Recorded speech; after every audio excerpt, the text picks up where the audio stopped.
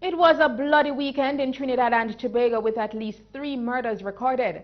With the death toll for 2017 already exceeding 50 murders, opposition leader Kamla Prasad Bisesa is lambasting the government for their inaction. More in this report from Leslie and Sherwood. What would you do, I ask you, sitting in your home? Bandit comes in, a criminal comes in, a barbarian is inside your home with you are there with your children. What will you pelt them with? Stone? You might not even be able to find a stone. What will you do? What defense do you have? What defense does any law-abiding citizen have? And so extraordinary times, in my respectful view, calls for extraordinary measures. And this is one that I call for open discussion on, for us to find the parameters within which we can have citizens given a right to arm themselves against the bandits. Arm yourselves. That's the call being made by Trinidad and Tobago's opposition leader Kamla Prasad Bisesa. Speaking on Monday, Bisesa outlined a number of items which she says will curtail the growing crime problem. She says the current firearm licensing process for private owners needs to be revamped. It's not working.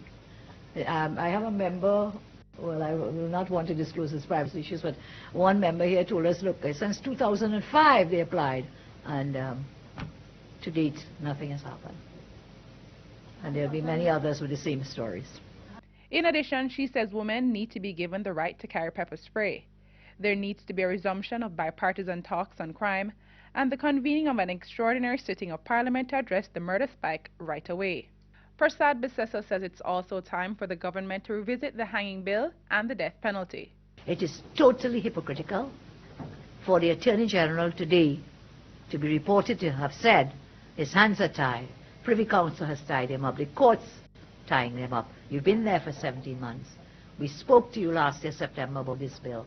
You then told us you did not agree with the formula in which the way in which this bill was drafted, yet you have failed on the basis of your assurances that you would relook it. So we call upon the government as well to bring back the hanging bill to the Parliament to deal with the death penalty in a timely manner. However, senior counsel Martin Daly says it's not going to be as easy as that. He says dealing with the death penalty in the Caribbean is more complex than a simple parliamentary debate. To give one example, when someone is condemned to death, their case has to be considered by the Advisory Committee on the Power of Pardon, known as the Mercy Committee. And one of the restrictions is that when your case goes to the Mercy Committee, you are entitled to be represented by counsel. And to me, what that means is that many proceedings before the Mercy Committee will themselves become the subject matter of satellite litigation, thereby delaying any implementation of the death penalty. Then there is, first really, the primary question of making all of the courts Pratt and Morgan compliant. That is to say that the criminal litigation is finished within 5 years. Even if you become Pratt and Morgan compliant, there is a problem of the applications to the international bodies, who routinely take such a length of time with petitions that they get that the 5 years is bound to be exceeded. And the Privy Council specifically said that they would not revise the 5-year time frame upward to include the time spent before the international bodies. But what are the practical solutions that can be used to tackle crime in Trinidad and Tobago? Daly says the police service needs to be overhauled. The police service has failed, and it is failing for many reasons. And if they want something useful to do, they must get together and agree on a complete overhaul of how the police service is established constitutionally and who is responsible constitutionally for discipline, promotion, hiring, discipline, promotions, and transfers in the police service, because the existing constitutional machinery has failed. All these other highfalutin things about firearms, licenses, and all these different things are of no consequence. The mindset of the Caribbean people must also be changed. You have to have social remediation programs to remediate some of the glaring inequalities in which people in the Caribbean live. Two things have to go hand in hand. It can't all be law enforcement and deterrence. It also has to do with an amelioration of the conditions under which many people in the Caribbean live, which essentially make them cold-hearted and brutal because they live in conditions that have no hope. I'm Leslie Sherwood for CEEN Caribbean News.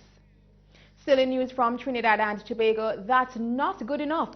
Opposition leader Kamla Prasad-Bisesa is displeased with the response given by Prime Minister Dr. Keith Rowley to damning terrorist allegations made on international media over the weekend. I hope that citizens will take comfort from that particular response.